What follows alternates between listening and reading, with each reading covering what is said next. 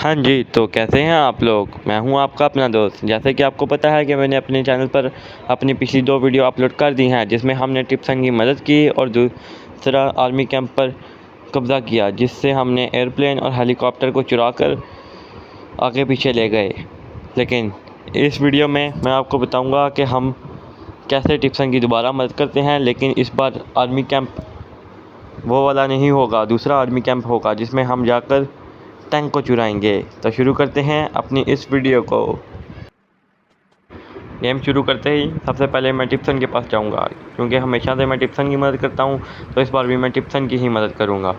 जैसे ही मैं टिप्सन के पास गया तो उसने कहा जल्दी से अपनी एक गन रेडी कर लो, और मैंने जैसे ही गन को रेडी किया तो उसने मुझे बताया कि तुम्हारे से मुझे सुपर हीरो की वाइब आती हैं, इसलिए मैं तुम्हें हर बार चुनता हूँ। और इस बार भी उसने मुझे किसी स्मगलर से बचने के लिए बुलाया था, और मैं भी सीधा उसके कहे हुए पते पर चला गया। वहाँ पर बहुत सारे स्मगलर थे जिसने उलट कब्ज़ा किया हुआ था, इसलिए मैं उसको बचाने के लिए जल्दी से वहाँ पर पहुँच गया। जब मैं वहाँ पर पहुँचा तो मुझे पता चला कि वो किसी गैंग का अड्डा है, और दौड़कर मैं उसको देखने चला गया, लेकिन वहाँ पर सिर्फ कंटेनर ही कंटेनर थे। और जैसे ही मैं वहाँ पहुँचा मैं जल्दी से अपनी गन को चेंज किया, और टिप्सन ने मुझे कहा कि तुम तैयार रहो। उसी टाइम वहाँ से 2 गुंडे निकल आए। जल्दी मैंने उन गुंडों को दोनों को मार दिया, और वहाँ से थोड़े से और गुंडे निकल आए।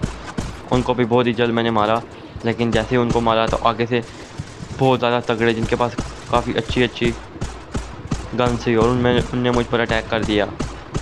लेकिन थोड़ी ही देर में मैंने उनको ही मारा। अब आखिरी रह गया था जिसको मैंने मारना था। जैसे ही मैंने उसको मारा, टिप्सन ने मुझे कहा बाहर गाड़ी खड़ी है, उसमें जाकर जल्दी से बैठ जाओ। और मैं दौड़ता हुआ जल्दी से गाड़ी के पास पहुंच गया। जैसे ही मैं गाड़ी के पास पहुंचा, फिर से मुझे टिप्सन ने बोला कि तुम्हारे पीछे दुश्मन लगे हैं, और तुम जल्दी से वहाँ से अपनी जान बचाकर भागना शुरू कर दो। और मैंने भी अपनी गाड़ी को जल्दी से भगाना शुरू कर दिया। तभी मैंने मैप खोल कर देखा कि वो कहाँ रह गए, लेकिन वो मेरे बिल्कुल पीछे थे और मेरा पीछा कर रहे थे। लेकिन मैंने फिर ना आगे देखा ना पीछे, और जल्दी से गाड़ी को भगाते हुए सीधा भागना शुरू कर दिया। लेकिन जैसे ही मैंने पुल को क्रॉस किया तो टिप्सन ने कहा कि तुम जल्दी से मेरे पास वापस आ जाओ, और फिर जल्दी से मैंने गाड़ी को भगाना शुरू कर दिया। आगे जाके मैंने मैप खोल कर चेक किया कि कोई शॉर्टकट है या नहीं, लेकिन मेरे सामने बहुत ज़्यादा शॉर्टकट थे, इसलिए मैंने सोचा जल्दी से उन शॉर्टकट को ही लिया जाए। और फिर गाड़ी को भगाता हुआ सीधा पहले शॉर्टकट को छोड़कर दूसरे शॉर्टकट की तरफ निकल गया। गाड़ी को काफ़ी तेज़ चलाता हुआ सीधा जैसे ही मैं दूसरे शॉर्टकट के पास पहुंचा, और शॉर्टकट के अंदर होते ही मैं बिल्कुल टिप्सन के पास पहुंच गया। अब रास्ता बिल्कुल 600 मीटर का रह गया था, और फिर काफ़ी सारे शॉर्टकट रोड के बीच बीच में से निकाल कर गाड़ी को सीधा टिप्सन के पास ले जाने लगा। थोड़ी ही देर में मैं बिल्कुल सीधी रोड पर पहुंच गया, और अब टिप्सन बिल्कुल मेरे सामने था। और फिर जब नज़दीक पहुंचने के साथ गाड़ी को तेज़ी से भगाना शुरू कर दिया, ताकि जल्दी से जल्द टिप्सन के पास पहुंच सकें। टिप्सन के पास पहुंचते ही उसने मुझे अपनी पैसे दिए, और मैंने जल्दी से गाड़ी को छोड़ा, क्योंकि इसके अंदर मुझे पता था कोई ना कोई गैर कानूनी चीज़ें हैं जिसकी वजह से मैं फंस सकता हूँ।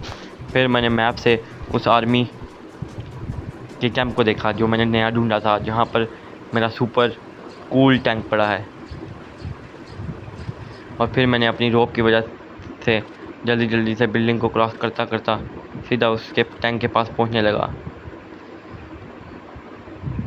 अब वो बेस मुझे बिल्कुल सामने से यहाँ से नज़र आ रहा था, लेकिन जैसे ही मैं थोड़ी दूर और पहुँचा तो मुझे एक बात याद आई कि मैं अभी अभी इस बेस से होकर गुजरा हूँ, जहाँ से मैंने वो स्मगलर कार को वहाँ से भगाया है।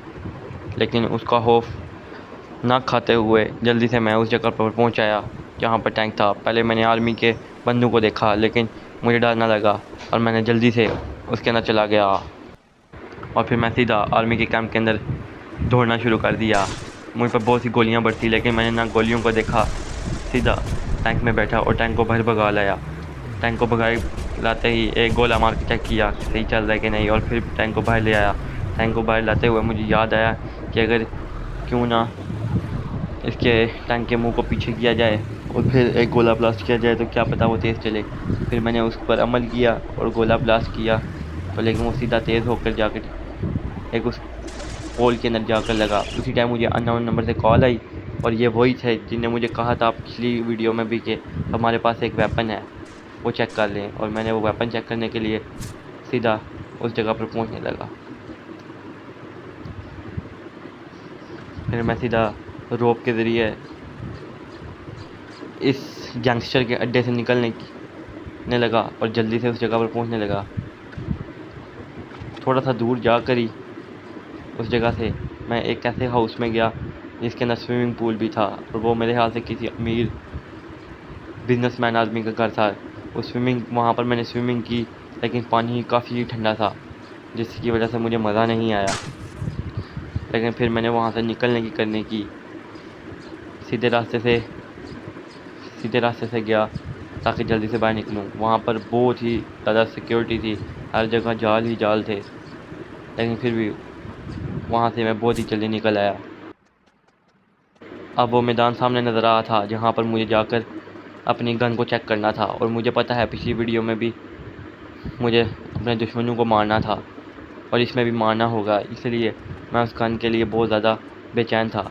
और जैसे ही मैं वहाँ पहुँचा तो मुझे वो गन मिल गई और मेरे दुश्मन भी सामने आ गए।